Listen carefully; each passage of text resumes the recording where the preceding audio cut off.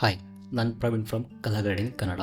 ಡಾವಿಂಚಿ Resolve full editing ಕೋರ್ಸಲ್ಲಿ last ವಿಡಿಯೋದಲ್ಲಿ ನೋಡಿದ್ವಿ ನಾವು ಕಟ್ ಮಾಡೋದು ಹೇಗೆ ಮತ್ತು ಟ್ರಿಮ್ ಮಾಡೋದು ಹೇಗೆ ಕ್ಲಿಪ್ಸ್ನ ಅಂತ. ಅದೇ ವಿಡಿಯೋನ ನಾನಿಲ್ಲಿ ಕಂಟಿನ್ಯೂ ಮಾಡ್ತಾ ಎಡಿಟಿಂಗ್ ಪೇಜಲ್ಲಿ ಇನ್ನು ಏನೇನು ಆಪ್ಷನ್ಸ್ ಇದೆ ಅಂತ ನೋಡೋಣ. ಸೊ ಲಾಸ್ಟ್ ವಿಡಿಯೋದಲ್ಲಿ ಕಟ್ ಮಾಡೋದು ಮತ್ತು ಟ್ರಿಮ್ ಮಾಡೋದು ಮತ್ತು ಶಾರ್ಟ್ಕಟ್ ಕೀಸ್ ಎಲ್ಲ ನೋಡಿದ್ವಿ. ಈ ವಿಡಿಯೋದಲ್ಲಿ ಇಲ್ಲಿ 3 ಆಪ್ಷನ್ಸ್ ಕಾಣಿಸ್ತಾ ಇದೆ. ಒಂದು ಫುಲ್ ಎಕ್ಸ್ಟೆಂಡ್ ಝೂಮ್ ಮತ್ತು ಡೀಟೇಲ್ ಝೂಮ್ ಮತ್ತು ಕಸ್ಟಮ್ ಝೂಮ್ ಅಂತ. ನಾನು ಫಾರ್ ಎಕ್ಸಾಂಪಲ್ ಇಲ್ಲಿ ಟೈಮ್ಲೈನ್ ಸೆಕ್ಷನಲ್ಲಿ ನಾನಿಲ್ಲಿ ಫುಲ್ಲು ಝೂಮ್ ಔಟ್ ಆಗಿದ್ದೀನಿ. ಇಲ್ಲಿ ಝೂಮ್ ಔಟ್ ಆದಮೇಲೆ ನಾನಿಲ್ಲಿ ಈ ಫಸ್ಟ್ ಆಪ್ಷನ್ ಇದೆಯಲ್ಲ, ಇದನ್ನು ಕ್ಲಿಕ್ ಮಾಡ್ತು ಅಂದರೆ ನನಗೆ ಈ ಟೈಮ್ಲೈನ್ ಕ್ಲಿಪ್ಸು ಫುಲ್ಲಾಗಿ ಕಾಣಿಸ್ತಾ ಇದೆ. ಅಂದರೆ ಈ ಆಪ್ಷನಲ್ಲಿ ಈ ಬಾಕ್ಸ್ ಇದೆಯಲ್ಲ, ಈ ಬಾಕ್ಸಲ್ಲಿಗೆ ಕರೆಕ್ಟಾಗಿ ಫಿಟ್ ಆಗ್ತಿದೆ. ನಾವಿಲ್ಲಿ ಫುಲ್ ಎಕ್ಸ್ಟೆಂಡ್ ಝೂಮ್ ಕೊಟ್ಟರೆ ನಮ್ಮ ಕ್ಲಿಪ್ಸು ಈ ಬಾಕ್ಸಿಗೆ ಫುಲ್ಲಾಗಿ ಫಿಟ್ ಆಗುತ್ತೆ. ಅದೇ ಥರ ನಾವು ನೆಕ್ಸ್ಟು ಇನ್ನೊಂದು ಡೀಟೇಲ್ ಝೂಮ್ ಅಂತ ಸೆಕೆಂಡ್ ಆಪ್ಷನ್ ಇದೆ. ಇದನ್ನು ಕ್ಲಿಕ್ ಮಾಡ್ತು ಅಂದರೆ ಇಲ್ಲಿ ನಮ್ಮ ಪ್ಲೇ ಹೆಡ್ ಎಲ್ಲಿರುತ್ತೆ ಅಲ್ಲಿ ಮಾತ್ರ ಝೂಮ್ ಆಗುತ್ತೆ. ಫಾರ್ ಎಕ್ಸಾಂಪಲ್ ನನ್ನ ಪ್ಲೇ ಹೆಡ್ಡು ಇಲ್ಲಿ ಸ್ಟಾರ್ಟಿಂಗಲ್ಲಿ ಇತ್ತು ಅಂತ ಇಟ್ಕೊಳ್ಳಿ.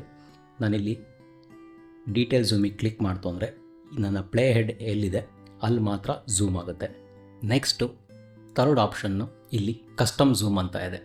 ಕಸ್ಟಮ್ ಝೂಮ್ ಅಂದರೆ ನಾನಿಲ್ಲಿ ಕಸ್ಟಮ್ ಝೂಮ್ ಅಂದರೆ ನಾವು ಮ್ಯಾನ್ಯುವಲ್ ಆಗಿ ಝೂಮ್ ಮಾಡೋಕ್ಕೆ ಯೂಸ್ ಮಾಡುವಂಥದ್ದು. ಇಲ್ಲಿ ನಾನು ಕೀಬೋರ್ಡಲ್ಲಿ ಆಲ್ಟ್ ಪ್ರೆಸ್ ಮಾಡಿ ನಮ್ಮ ಮೌಸಲ್ಲಿ ಸ್ಕ್ರಾಲ್ ಬಟನ್ ಇರುತ್ತಲ್ಲ, ಅದನ್ನು ಹಿಂದೆ ಮತ್ತು ಮುಂದೆ ಸ್ಕ್ರಾಲ್ ಮಾಡ್ತಾ ಇದ್ದರೆ ಇಲ್ಲಿ ಝೂಮ್ ಇನ್ನು ಝೂಮ್ ಔಟು ಆಗ್ತಾ ಇರುತ್ತೆ. ನಮ್ಮ ಟೈಮ್ಲೈನಲ್ಲಿ ಕ್ಲಿಪ್ಸು ಯಾವ ಥರ ಬೇಕೋ ಎಷ್ಟು ಬೇಕಷ್ಟು ಝೂಮ್ ಇನ್ ಝೂಮ್ ಔಟ್ ಆಗ್ತಾ ಇರುತ್ತೆ. ಅದು ಬಿಟ್ಟು ಪಕ್ಕ ಒಂದು ಪ್ಲಸ್ ಮತ್ತು ಮೈನಸ್ ಅಂತ ಆಪ್ಷನ್ ಇದೆ. ಇಲ್ಲಿ ನಾವು ಮ್ಯಾನ್ಯುವಲ್ ಆಗಿ ಬೇಕಿದ್ದರೂ ಝೂಮ್ ಇನ್ ಝೂಮ್ ಔಟ್ ಮಾಡ್ಕೋಬಹುದು. ನೆಕ್ಸ್ಟು ಇಲ್ಲೊಂದು ಇಂಟ್ರೆಸ್ಟಿಂಗ್ ಆಪ್ಷನ್ ಇದೆ. ನಾನಿಲ್ಲಿ ಟೈಮ್ಲೈನಲ್ಲಿ ಎಲ್ಲ ಕ್ಲಿಪ್ಸ್ನು ಡಿಲೀಟ್ ಮಾಡ್ಕೋತಾ ಇದ್ದೀನಿ. ನೆಕ್ಸ್ಟು ಇಲ್ಲಿ ಬಂದು ಮೀಡಿಯಾ ಪೂಲಲ್ಲಿ ನೋಡಿದ್ವಿ ಇನ್ನೊಂದು ಔಟ್ ಪಾಯಿಂಟ್ಸ್ನ ಹಾಕ್ಕೊಂಡು ಯಾವ ಥರ ಕ್ಲಿಪ್ಸ್ನ ಇಂಪೋರ್ಟ್ ಮಾಡ್ಕೊಳ್ಳೋದು ಅಂತ. ಈ ವಿಡಿಯೋದಲ್ಲಿ ನಾನು ಈಗೊಂದು ಕ್ಲಿಪ್ ತೊಗೊಂಡಿದ್ದೀನಿ. ಈ ಕ್ಲಿಪ್ಪಲ್ಲಿ ನನಗೆ ಫಸ್ಟು ಇನ್ನೊಂದು ಔಟ್ ಪಾಯಿಂಟ್ ಹಾಕಿದಾಗ ಒಂದು ಸಿಂಗಲ್ ಇನ್ ಪಾಯಿಂಟು ಇಲ್ಲ ಅಂದರೆ ಫಾರ್ ಎಕ್ಸಾಂಪಲ್ ಈ ಥರ ಸಿಂಗಲ್ ಔಟ್ ಪಾಯಿಂಟ್ ಹಾಕ್ಕೊಂಡು ಈ ಥರ ಒಂದು ಹಾಫ್ ಕ್ಲಿಪ್ ಎಷ್ಟು ಬೇಕಷ್ಟು ತೊಗೋಬೋದಾಗಿತ್ತು. ಫಾರ್ ಎಕ್ಸಾಂಪಲ್ ಇವಾಗ ನಾನು ಒಂದೇ ಕ್ಲಿಪ್ಪಲ್ಲಿ ನನಗೆ ಈ ಕ್ಲಿಪ್ಪಲ್ಲಿ ಎಕ್ಸಾಂಪಲ್ ತೊಗೊಂಡ್ರೆ ನನಗೆ ಇಲ್ಲಿ ಮೂರು ಕ್ಲಿಪ್ಸು ಬೇಕಿದೆ. ಅಂದರೆ ನನಗೆ ಸ್ಟಾರ್ಟಿಂಗ್ ಸ್ವಲ್ಪ ಬೇಕು, ಮತ್ತು ಮಿಡಲಲ್ಲಿ ಒಂದು ಸ್ವಲ್ಪ ಬೇಕು, ಮತ್ತು ಎಂಡಿಂಗಲ್ಲಿ ಒಂದು ಸ್ವಲ್ಪ ಬೇಕಾಗಿದೆ. ಈಗ ಆ ಥರ ಹೇಗೆ ಇಂಪೋರ್ಟ್ ಮಾಡ್ಕೊಳ್ಳೋದು ಅಂತ ನೋಡೋಣ. ನಾನು ಫಾರ್ ಎಕ್ಸಾಂಪಲ್ ಇಲ್ಲಿ ಸ್ಟಾರ್ಟಿಂಗಲ್ಲಿ ನನಗೆ ಈ ಕ್ಲಿಪ್ಪು ಇಲ್ಲಿಂದ ಬೇಕಾಗಿದೆ. ನಾನು ಇಲ್ಲೇನು ಮಾಡ್ತೀನಿ, ಒಂದು ಮಾರ್ಕರ್ನ ಪ್ಲೇಸ್ ಮಾಡ್ಕೋತೀನಿ. ಮಾರ್ಕರ್ ಪ್ಲೇಸ್ ಮಾಡ್ಕೊಳ್ಳೋಕ್ಕೆ ಕೀಬೋರ್ಡಲ್ಲಿ ಶಾರ್ಟ್ಕಟ್ ಕೀ ಎಮ್ ಪ್ರೆಸ್ ಮಾಡಿದ ತಕ್ಷಣ ಇಲ್ಲೊಂದು ಬ್ಲೂ ಫ್ಲ್ಯಾಗ್ ಥರ ಕಾಣುತ್ತೆ. ಇದ್ರ ಮೇಲೆ ಡಬಲ್ ಕ್ಲಿಕ್ ಮಾಡಿದ್ರೆ ಇಲ್ಲಿ ನಾನು ರೀನೇಮ್ ಮಾಡ್ಕೋಬೋದು. ಫಸ್ಟು ಸ್ಟಾರ್ಟ್ ಅಂತ ಒಂದು ರೀನೇಮ್ ಮಾಡ್ಕೋತೀನಿ. ಇಲ್ಲಿ ನಾವು ನೋಟ್ಸ್ ಬೇಕಿರೋ ಹಾಕೋಬೋದು ಮತ್ತು ಕೀವರ್ಡ್ ಏನಾದರೂ ಕೊಡ್ಬೋದು. ಹಾಕಿ ಸ್ಟಾರ್ಟ್ ಅಂತ ನೇಮ್ ಕೊಟ್ಟು ಡನ್ ಅಂತ ಕೊಡ್ತೀನಿ. ನೆಕ್ಸ್ಟು ನಾನು ಪ್ಲೇ ಹೆಡ್ನ ಹೀಗೆ ಮೂವ್ ಮಾಡಿ ಈ ಪೋರ್ಷನಿಗೊಂದು ಬೇಕಾಗಿದೆ, ಈ ಪೋರ್ಷನಿಗೊಂದು ಮಾರ್ಕರ್ ಸೆಲೆಕ್ಟ್ ಮಾಡ್ತೀನಿ. ಇದನ್ನ ಡಬಲ್ ಕ್ಲಿಕ್ ಮಾಡಿ ನನಗೆ ಮಿಡ್ ಸೆಕ್ಷನ್ ಅಂತ ಒಂದು ನೇಮ್ ಕೊಡ್ತೀನಿ. ಡನ್. ನೆಕ್ಸ್ಟ್ ನನಗೆ ಎಂಡಿಂಗಲ್ಲಿ ಸ್ವಲ್ಪ ಬೇಕಿದೆ, ಇಲ್ಲಿಂದ ಬೇಕಿದೆ. ಇಲ್ಲೊಂದು ಮಾರ್ಕರ್ ಪ್ಲೇಸ್ ಮಾಡ್ಕೋತೀನಿ. ಇದನ್ನ ರೀನೇಮ್ ಮಾಡ್ತೀನಿ ಎಂಡ್ ಅಂತ. ಸೊ ನಾನಿಲ್ಲಿ 3 ಮಾರ್ಕರ್ನ ಪ್ಲೇಸ್ ಮಾಡ್ಕೊಂಡಿದ್ದೀನಿ. ನಾನಿಲ್ಲಿ ಫಸ್ಟ್ ಮಾರ್ಕರಿಗೆ ಬಂದು ಇದನ್ನ ಸೆಲೆಕ್ಷನ್ ಮಾಡಿಕೊಂಡು ನಾನು ಆಲ್ಟ್ ಪ್ರೆಸ್ ಮಾಡಿ ಕೀಬೋರ್ಡಲ್ಲಿ ಇದನ್ನ ಡ್ರ್ಯಾಗ್ ಮಾಡ್ತಾಯಿದ್ದೀನಿ. ನನಗೆ ಇಷ್ಟು ಪೋರ್ಷನ್ ಬೇಕು ಈ ಕ್ಲಿಪ್ಪಲ್ಲಿ. ನೆಕ್ಸ್ಟು ಮಿಡ್ ಮಾರ್ಕರಿಗೆ ಬಂದು ಇದನ್ನ ಕ್ಲಿಕ್ ಮಾಡಿ ಆಲ್ಟ್ ಪ್ರೆಸ್ ಮಾಡಿ ನಾನು ಸ್ವಲ್ಪ ಡ್ರ್ಯಾಗ್ ಮಾಡ್ತಾಯಿದ್ದೀನಿ. ನನಗೆ ಮಿಡ್ ಸೆಕ್ಷನಲ್ಲಿ ಇಷ್ಟು ಮಾತ್ರ ಬೇಕು.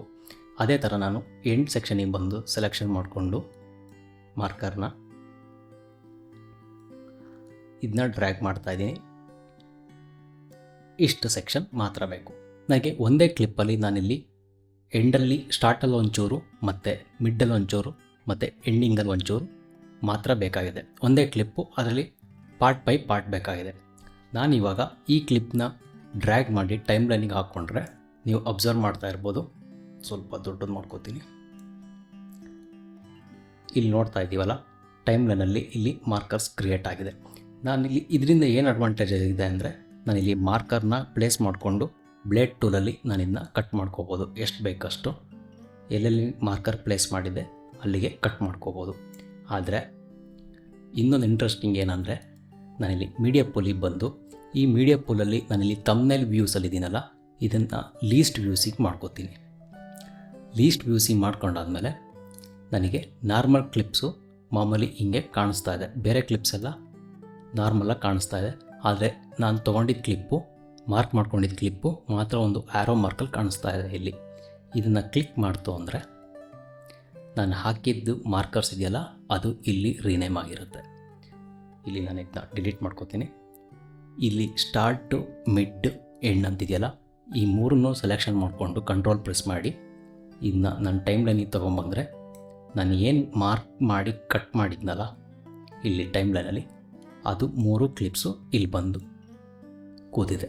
ಸೊ ಹೀಗೆ ಮಾರ್ಕರ್ಸ್ನ ಯೂಸ್ ಮಾಡಿಕೊಂಡು ನಾವು ಇದು ಸೋರ್ಸ್ ಮಾನಿಟ್ರಲ್ಲೇ ನಾವು ಟ್ರಿಮ್ ಮಾಡಿಕೊಂಡು ಅದನ್ನು ಟೈಮ್ ಲೈನಿಗೆ ಹಾಕೋಬೋದು. ಇದು ಇನ್ನೂ ತುಂಬ ಈಸಿ ಆಗುತ್ತೆ. ಫಸ್ಟು ಮಾರ್ಕರ್ಸ್ನ ಹೇಗೆ ಯೂಸ್ ಮಾಡ್ಬೋದು ಅಂತ ನೋಡಿದ್ವಿ.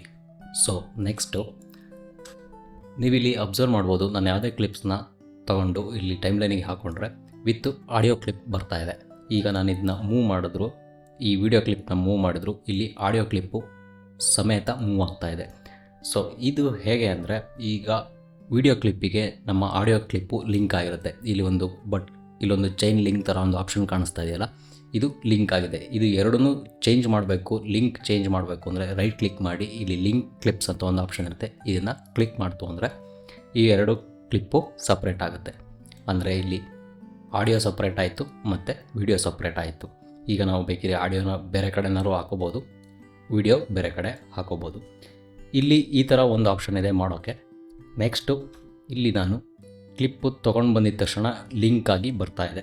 ಈಗ ನನಗೆ ಕ್ಲಿಪ್ ತೊಗೊಂಡಾಗ ಅದು ಲಿಂಕ್ ಆಗಿರಬಾರ್ದು, ಅನ್ಲಿಂಕ್ ಆಗಿರಬೇಕು. ಅದಕ್ಕೆ ನಾನಿಲ್ಲಿ ಇಲ್ಲೊಂದು ಆಪ್ಷನ್ ಇದೆ ನೋಡಿ, ಇಲ್ಲಿ ಲಿಂಕ್ಡ್ ಸೆಲೆಕ್ಷನ್ ಅಂತ ಇದೆ. ಇದನ್ನ ಕ್ಲಿಕ್ ಮಾಡ್ತು ಅಂದರೆ ನೆಕ್ಸ್ಟ್ ನಾನು ಕ್ಲಿಪ್ ತೊಗೊಬಂದಾಗ ಕ್ಲಿಪ್ ಜೊತೆನೇ ಆಡಿಯೋ ಕ್ಲಿಪ್ಪು ಬರ್ತಾ ಇರುತ್ತೆ, ಆದರೆ ಇದು ಲಿಂಕ್ ಆಗಿರಲ್ಲ. ನಾನು ಬೈ ಚಾನ್ಸ್ ಏನಾದರೂ ಈ ವಿಡಿಯೋ ಕ್ಲಿಪ್ನ ಸ್ವಲ್ಪ ಅಡ್ಜಸ್ಟ್ ಮಾಡ್ತು ಅಂದರೆ ನಮಗಿಲ್ಲಿ ಒಂದು ವಾರ್ನಿಂಗ್ ಬರ್ತಾ ಇದೆ. ಇಲ್ಲಿ ರೆಡ್ ಮಾರ್ಕಲ್ಲಿ ವಾರ್ನಿಂಗ್ ಬರ್ತಾ ಇದೆ. ಅಂದರೆ ಇಲ್ಲಿ ಪ್ಲಸ್ ಇಲ್ಲಿ ಮೈನಸ್ ಅಂತ 12 ಫ್ರೇಮ್ಸ್ ಅಷ್ಟು ನಿಮ್ಮ ಆಡಿಯೋ ಸ್ಕಿಪ್ ಆಗಿದೆ, ಅಂದರೆ ಒರಿಜಿನಲ್ಗಿಂತ ಸ್ವಲ್ಪ ಆಚೆ ಹೋಗಿದೆ ಅಂತ ಒಂದು ವಾರ್ನಿಂಗ್ ಬರುತ್ತೆ. ಸೊ ಹಾಗಾಗಿ ಇದನ್ನ ಮತ್ತೆ ನಾನಿಲ್ಲಿ ಅಡ್ಜಸ್ಟ್ ಮಾಡ್ತು ಅಂದರೆ ಅದು ವಾರ್ನಿಂಗ್ ಹೋಗುತ್ತೆ. ಸೊ ಈ ಆಪ್ಷನ್ನು ಲಿಂಕಿಗೆ ಮತ್ತು ಅನ್ಲಿಂಕಿಗೆ ಆಡಿಯೋ ವಿಡಿಯೋ ಕ್ಲಿಪ್ಸ್ಗೆ ಯೂಸ್ ಮಾಡ್ತಾರೆ. ಈ ಆಪ್ಷನ್ನು ಲಿಂಕ್ ಆಪ್ಷನ್, ಇದು ನಿಮಗೆ ಯೂಸ್ ಮಾಡೋದಾದರೆ ಇದನ್ನ ಚೆಕ್ ಆದರೂ ಮಾಡ್ಕೊಳ್ಳಿ, ಇಲ್ಲ ನಾನು ಯೂಸ್ ಮಾಡೋಲ್ಲ ಅಂದರೆ ಇದನ್ನ ಅನ್ಚೆಕ್ ಬೇಕಿದ್ದರೂ ಮಾಡ್ಕೋಬೋದು. ಸೊ ನೆಕ್ಸ್ಟು ನಾನೀಗ ಈ ಕ್ಲಿಪ್ಪಿಗೆ ಟೆಕ್ಸ್ಟ್ ಆ್ಯಡ್ ಮಾಡಬೇಕು ಅಂತಂದರೆ, ಬೈ ಚಾನ್ಸ್ ಯಾವುದಾದ್ರು ಒಂದು ಟೆಕ್ಸ್ಟ್ ಆ್ಯಡ್ ಮಾಡಬೇಕು ಅಂದರೆ ಯಾವ ಥರ ಆ್ಯಡ್ ಮಾಡೋದು ಅಂತ ನೋಡೋಣ. ಇಲ್ಲಿ ಮೀಡಿಯಾ ಪೂಲು ಆಪ್ಷನ್ ಪಕ್ಕನೇ ಒಂದು ಎಫೆಕ್ಟ್ಸ್ ಅಂತ ಒಂದು ಆಪ್ಷನ್ ಇರುತ್ತೆ. ಈ ಎಫೆಕ್ಟ್ಸ್ನ ಕ್ಲಿಕ್ ಮಾಡಿದ್ರೆ ಇಲ್ಲಿ video transition, audio transitions, title, generators, effects, open effects, filters, audio effects, Fairlight effects ಅಂತ ತುಂಬ ಎಫೆಕ್ಟ್ಸ್ ಬರುತ್ತೆ. ಇಲ್ಲಿ ನಾವು ಈಗ ಆ್ಯಡ್ ಮಾಡಬೇಕಾಗಿರೋದು ಟೈಟಲ್ಸು.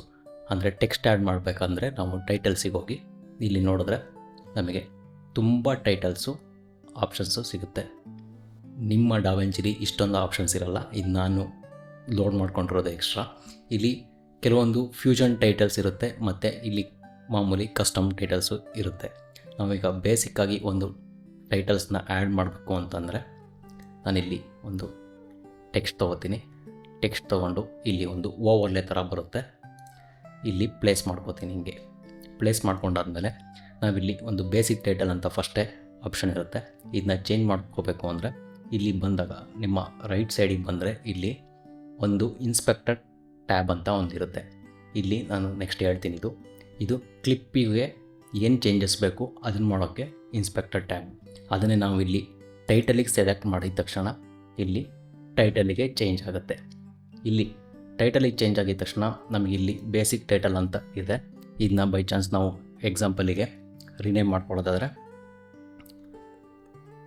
ಕನ್ನಡ ಅಂತ ನೇಮ್ ಮಾಡ್ಕೊಂಡಿದ್ದೀನಿ. ಈ ಥರ ಟೆಕ್ಸ್ಟ್ ಬರುತ್ತೆ. ನೆಕ್ಸ್ಟು ಇಲ್ಲಿ ಫಾಂಟ್ ಫ್ಯಾಮಿಲಿ ಆಪ್ಷನ್ ಇರುತ್ತೆ, ನಮಗೆ ಯಾವ ಫಾಂಟ್ ಬೇಕು ಆ ಫಾಂಟ್ನ ಯೂಸ್ ಮಾಡ್ಕೋಬೋದು. ನೆಕ್ಸ್ಟು ಫಾಂಟ್ ಸೈಜ್ ಬರುತ್ತೆ, ಯಾವ ಥರ ಸೈಜ್ ಬೇಕು, ಇಟಾಲಿಕ್ಕು, ಬೋಲ್ಡು ಮತ್ತು ಸ್ಯಾಮ್ ಗೋಲ್ಡು, ರೆಗ್ಯುಲರ್ ಆ ಥರ ಫಾಂಟ್ ಸೈಜ್ನೂ ಆ್ಯಡ್ ಮಾಡ್ಬೋದು. ನೆಕ್ಸ್ಟು ಫಾಂಟ್ ಕಲರ್ ಇಲ್ಲಿ ಕ್ಲಿಕ್ ಮಾಡ್ತು ಅಂದರೆ ನಮಗೆ ಯಾವ ಫಾಂಟ್ ಕಲರ್ಸ್ ಬೇಕು ಅದನ್ನ ಆ್ಯಡ್ ಮಾಡ್ಕೋಬೋದು. ನಾನಿಲ್ಲಿ ಎಲ್ಲೋ ಕೊಟ್ಟರೆ ಎಲ್ಲೋ ಕೊಟ್ಟಿದ್ದೀನಿ. ಈ ಥರ ಫಾಂಟ್ ಕಲರ್ ಆ್ಯಡ್ ಮಾಡ್ಬೋದು. ಮತ್ತು ಇಲ್ಲಿ ಸೈಜ್ ಇದೆ, ಈ ಫಾಂಟ್ ಸೈಜು ಎಷ್ಟು ಬೇಕು ಕ್ಲಿಪ್ಪಿಗೆ ಆ ಥರ ಆ್ಯಡ್ ಮಾಡ್ಬೋದು. ಈ ಸೈಜ್ ಮೇಲೆ ಡಬಲ್ ಕ್ಲಿಕ್ ಮಾಡ್ತು ಅಂದರೆ ನಮಗೆ ರೆಗ್ಯುಲರ್ ಏನಿದೆ ಅದು ವಾಪಸ್ ಬರುತ್ತೆ. ಈಗ ನಾನು ಬೈ ಚಾನ್ಸ್ ಇದನ್ನು ಎನ್ಲಾರ್ಜ್ ಮಾಡಿದ್ದೆ, ಇದು ನನಗೆ ಮತ್ತೆ ಒರಿಜಿನಲ್ ಸೈಜ್ ಬೇಕು ಅಂದರೆ ಈ ಸೈಜ್ ಮೇಲೆ ಡಬಲ್ ಕ್ಲಿಕ್ ಮಾಡ್ತು ಅಂದರೆ ಮತ್ತೆ ಒರಿಜಿನಲ್ ಆಗುತ್ತೆ. ಮತ್ತು ನೆಕ್ಸ್ಟ್ ಆಪ್ಷನ್ನು ಟ್ರ್ಯಾಕಿಂಗ್ ಅಂತ ಇದೆ. ಈ ಫಾಂಟು ಪೊಸಿಷನ್ ಎಷ್ಟು ಕಮ್ಮಿ ಮತ್ತು ಜಾಸ್ತಿ ಬೇಕು ಅಂತ ಅಬ್ಸರ್ವ್ ಮಾಡ್ತಾ ಇದ್ದೀರಲ್ಲ, ಈ ಥರ ಟ್ರ್ಯಾಕಿಂಗು. ನೆಕ್ಸ್ಟು ಲೈನ್ ಸ್ಪೇಸಿಂಗ್ ಇದೆ, ನಮಗೆ ಎಲ್ಲಿಗೆ ಬೇಕು ಸ್ಪೇಸಿಂಗು ಅಲ್ಲಿಗೆ ಅಡ್ಜಸ್ಟ್ ಮಾಡ್ಕೋಬೋದು. ನೆಕ್ಸ್ಟು ಫಾಂಟ್ ಸ್ಟೈಲ್ ಇದೆ, ಯಾವ ಥರ ಸ್ಟೈಲ್ ಬೇಕು ಆ ಥರ ಅಡ್ಜಸ್ಟ್ ಮಾಡ್ಕೋಬೋದು. ನೆಕ್ಸ್ಟು ಫಾಂಟ್ ಕೇಸು, ಇಲ್ಲಿ ತುಂಬ ಆಪ್ಷನ್ ಇದೆ. ನೀವು ಯಾವುದಕ್ಕೆ ಬೇಕು ನೋಡಿ, ನಿಮಗೆ ಯಾವ್ದು ಇಷ್ಟ ಆಗುತ್ತೆ ಅದನ್ನು ಹಾಕೋಬೋದು. ಇಲ್ಲಿ ಅಲೈನ್ಮೆಂಟ್ ಇದೆ, ಸೆಂಟರ್ ಅಲೈನ್ಮೆಂಟ್ ಮತ್ತು ಸೈಡ್ ರೈಟ್ ಅಲೈನ್ಮೆಂಟು ಮತ್ತು ಆ್ಯಂಕರಿಂಗು ಮತ್ತು ಪೊಸಿಷನ್ ಇದೆ. ಪೊಸಿಷನ್ ಎಲ್ಲಿ ಬೇಕಲ್ಲಿ ನಾವು ಪೊಸಿಷನ್ ಮಾಡ್ಕೋಬೋದು. ನೆಕ್ಸ್ಟು ಫಾಂಟ್ ಝೂಮ್ ಮಾಡೋದಿದೆ, ಅಂದರೆ ಝೂಮಿಂಗ್ ಎಷ್ಟು ಬೇಕು ಆ ಥರ ಝೂಮ್ ಮಾಡ್ಕೋಬೋದು. ನೆಕ್ಸ್ಟು ಆ್ಯಂಗಲ್ ರೊಟೇಷನ್ ಯಾವ ಥರ ಮಾಡ್ಬೋದು, ಮತ್ತು ಫಾಂಟಿಗೆ ಸ್ಟ್ರೋಕ್ ಕೊಡೋದು, ಮತ್ತು ಫಾಂಟಿಗೆ ಶಾಡೋಸ್ ಡ್ರಾಪ್ ಮಾಡೋದು. ನೆಕ್ಸ್ಟು ಫಾಂಟ್ ಬ್ಯಾಕ್ಗ್ರೌಂಡು, ಇಲ್ಲಿ ತುಂಬ ಆಪ್ಷನ್ಸ್ ಇದೆ. ನೀವು ಟ್ರೈ ಮಾಡಿ, ಯಾವುದು ಒಂದೊಂದು ಟ್ರೈ ಮಾಡಿ ನೋಡಿದ್ರೆ ಗೊತ್ತಾಗುತ್ತೆ ಯಾವ ಥರ ಅಂತ. ನಾನಿಲ್ಲಿ ರಿಫ್ರೆಶ್ ಕೊಟ್ಟಿದ್ದೀನಿ. ಇಲ್ಲಿ ಕ್ಲಿಕ್ ಮಾಡ್ತು ಅಂದರೆ ರಿಫ್ರೆಶ್ ಆಗುತ್ತೆ. ಸೊ ಈ ಥರ ನಾವು ಒಂದು ವೀಡಿಯೋ ಕ್ಲಿಪ್ಪಿಗೆ ಫಾಂಟ್ನ ಆ್ಯಡ್ ಮಾಡ್ಕೋಬೋದು. ನಾನಿಲ್ಲಿ ಸೆಂಟರ್ಗೆ ಇದು ಮಾಡ್ಕೋತೀನಿ. ಸೊ ನೆಕ್ಸ್ಟ್ ನಾವಿಲ್ಲಿ ಇನ್ನೊಂದು ಆಪ್ಷನ್ ಇದೆ. ನಾವು ಕ್ಲಿಪ್ಪಲ್ಲಿ ಫೇಡ್ ಇನ್ನು ಫೇಡ್ ಔಟ್ ಅಂತ 2 ಆಪ್ಷನ್ ಬರುತ್ತೆ. ಅದನ್ನ ಹೇಗೆ ಮಾಡ್ಬೋದು ಅಂತ ನೋಡೋಣ. ಫೇಡ್ ಇನ್ನು ಫೇಡ್ ಔಟ್ ಮಾಡೋಕ್ಕೆ ನಾವೀಗ ಕ್ಲಿಪ್ ಸೆಲೆಕ್ಷನ್ ಮಾಡ್ಕೊಂಡಾದ್ಮೇಲೆ ನಿಮಗೆ ಇಲ್ಲಿ ಕಾರ್ನರಲ್ಲಿ ಒಂದು ವೈಟ್ ಕಲರು ಒಂದು ಮಾರ್ಕರ್ ಥರ ಕಾಣಿಸ್ತಾ ಇದೆ. ಇಲ್ಲಿ ಕ್ಲಿಕ್ ಮಾಡಿ ನಾವು ಇದನ್ನ ಡ್ರ್ಯಾಗ್ ಮಾಡ್ತು ಅಂದರೆ ಒಂದು ಬ್ಲ್ಯಾಕ್ ಕಲರು ಈ ಥರ ಒಂದು ಬಾರ್ಡರ್ ಥರ ಬರುತ್ತೆ. ಅದೇ ಥರ ಎಂಡಿಂಗಲ್ಲಿ ಅಷ್ಟೇ ಈ ಥರ ಕ್ಲಿಕ್ ಮಾಡಿ ತೆಗೆದ್ರೆ ಇನ್ನೊಂದು ಬಾರ್ಡರ್ ಥರ ಬರುತ್ತೆ. ಇದು ಏನಂದರೆ, ಈ ಫಸ್ಟ್ ಕ್ಲಿಪ್ಪು ಸ್ಟಾರ್ಟಿಂಗಲ್ಲಿ ಸೆಲೆಕ್ಷನ್ ಮಾಡೋದನ್ನ ಫೇಡ್ ಇನ್ ಅಂತ ಹೇಳ್ತೀವಿ, ಕ್ಲಿಪ್ಪು ಲಾಸ್ಟಲ್ಲಿ ಸೆಲೆಕ್ಷನ್ ಮಾಡೋದನ್ನ ಫೇಡ್ ಔಟ್ ಅಂತ ಹೇಳ್ತೀವಿ. ಇದು ಯಾವ ಥರ ವರ್ಕ್ ಆಗುತ್ತೆ ಅಂತ ನೋಡೋಣ. ಇಲ್ಲಿ ನನಗೆ ಪ್ಲೇ ಮಾಡ್ತು ಅಂದರೆ ನಿಧಾನಕ್ಕೆ ಟೆಕ್ಸ್ಟ್ ರಿವೀಲ್ ಆಗ್ತಾ ಇದೆ. ಈ ಥರ ಇದೇ ಆಪ್ಷನ್ನ ನಾನು ಬೇಕಿದ್ದರೆ ವೀಡಿಯೋ ಕ್ಲಿಪ್ಸ್ಗೂ ಮಾಡ್ಕೋಬೋದು. ಇಲ್ಲಿ ಸೆಲೆಕ್ಷನ್ ಮಾಡ್ಕೊಡ್ತೀನಿ, ಸೆಲೆಕ್ಷನ್ ಮಾಡಿ ಇಷ್ಟು ಫೇಡ್ ಇನ್ ಮಾಡ್ತೀನಿ. ಈಗ ಇದು ವಿಡಿಯೋ ಕ್ಲಿಪ್ನ ನಿಧಾನಕ್ಕೆ ರಿವೀಲ್ ಮಾಡ್ತಾ ಇದೆ, ಅಂದರೆ ಒಂದು ಬ್ಲ್ಯಾಕಲ್ಲಿ ನಿಧಾನಕ್ಕೆ ರಿವೀಲ್ ಮಾಡ್ತಾ ಇದೆ. ಸೊ ಇದೇ ಥರ ಇಲ್ಲಿ ಫೇಡ್ ಔಟ್ ಮಾಡ್ತು ಅಂದರೆ ಅದೇ ಥರ ಇದು ಕ್ಲೋಸಿಂಗು ನಿಧಾನಕ್ಕೆ ಕ್ಲೋಸ್ ಆಗ್ತಾ ಇದೆ. ಸೊ ಈಗ ನಾವು ಈ ಕ್ಲಿಪ್ಪನ್ನು ನಾವು ಬೈ ಚಾನ್ಸ್ ಏನಾದ್ರು ಟ್ರಿಮ್ ಮಾಡ್ತು ಅಂದರೆ ಹಿಂಗೆ ಟ್ರಿಮ್ ಮಾಡಿದಾಗಲೂ ಫೇಡ್ ಇನ್ನು ಫೇಡ್ ಔಟು ಏನೂ ಚೇಂಜಸ್ ಆಗೋಲ್ಲ. ಆ ಕ್ಲಿಪ್ ಎಷ್ಟಿದೆ ಅಷ್ಟಕ್ಕೆ ಅಡ್ಜಸ್ಟ್ ಆಗ್ತಾ ಹೋಗುತ್ತೆ. ಇದು ಟೆಕ್ಸ್ಟಲ್ಲಾದರೂ ಆಯಿತು ಮತ್ತು ವಿಡಿಯೋ ಕ್ಲಿಪ್ಸಲ್ಲಾದರೂ ಆಯಿತು. ಟೆಕ್ಸ್ಟು ಹೇಗೆ ಆ್ಯಡ್ ಮಾಡೋದು ಮತ್ತು ಫೇಡ್ ಇನ್ನು ಫೇಡ್ ಔಟು ಆಪ್ಷನ್ಸ್ ಒಂಥರ ಇದನ್ನ ಕೆಲವು ವಿಡಿಯೋದಲ್ಲಿ ಎಫೆಕ್ಟ್ ಆಗೂ ಯೂಸ್ ಮಾಡ್ತಾರೆ. ಕೆಲವೊಂದು ಇಂಟ್ರೋ ಸ್ಟಾರ್ಟ್ ಮಾಡಬೇಕಾದ್ರೆ ಸ್ಲೋ ಇಂಟ್ರೋ ಮಾಡಬೇಕಂತಾದ್ರೂ ಫೇಡ್ ಇನ್ ಫೇಡ್ ಔಟ್ನ ಯೂಸ್ ಮಾಡ್ತಾರೆ. ಸೊ ಟೆಕ್ಸ್ಟ್ ಹೇಗೆ ಆ್ಯಡ್ ಮಾಡೋದು, ಫೇಡ್ ಇನ್ ಫೇಡ್ ಔಟ್ನ ಹೇಗೆ ಆ್ಯಡ್ ಮಾಡೋದು ಅಂತ ನೋಡಿದ್ವಿ. ಸೊ ಎಡಿಟ್ ಪೇಜ್ ಬಗ್ಗೆ ನೋಡಿದ್ವಲ್ಲ, ನಾನು ಈ ವಿಡಿಯೋನ ನೆಕ್ಸ್ಟ್ ವಿಡಿಯೋದಲ್ಲಿ ಮತ್ತೆ ಕಂಟಿನ್ಯೂ ಮಾಡ್ತೀನಿ. ನೆಕ್ಸ್ಟ್ ವಿಡಿಯೋದಲ್ಲಿ ಕ್ಲಿಪ್ಸಲ್ಲಿ ಮತ್ತು ಇನ್ಸ್ಪೆಕ್ಟರ್ ಟ್ಯಾಬ್ನ ಹೇಗೆ ಯೂಸ್ ಮಾಡೋದು, ಇನ್ಸ್ಪೆಕ್ಟರ್ ಟ್ಯಾಬು ಎಷ್ಟು ಇಂಪಾರ್ಟೆಂಟು ಅಂತ ನೆಕ್ಸ್ಟ್ ವಿಡಿಯೋದಲ್ಲಿ ನೋಡೋಣ.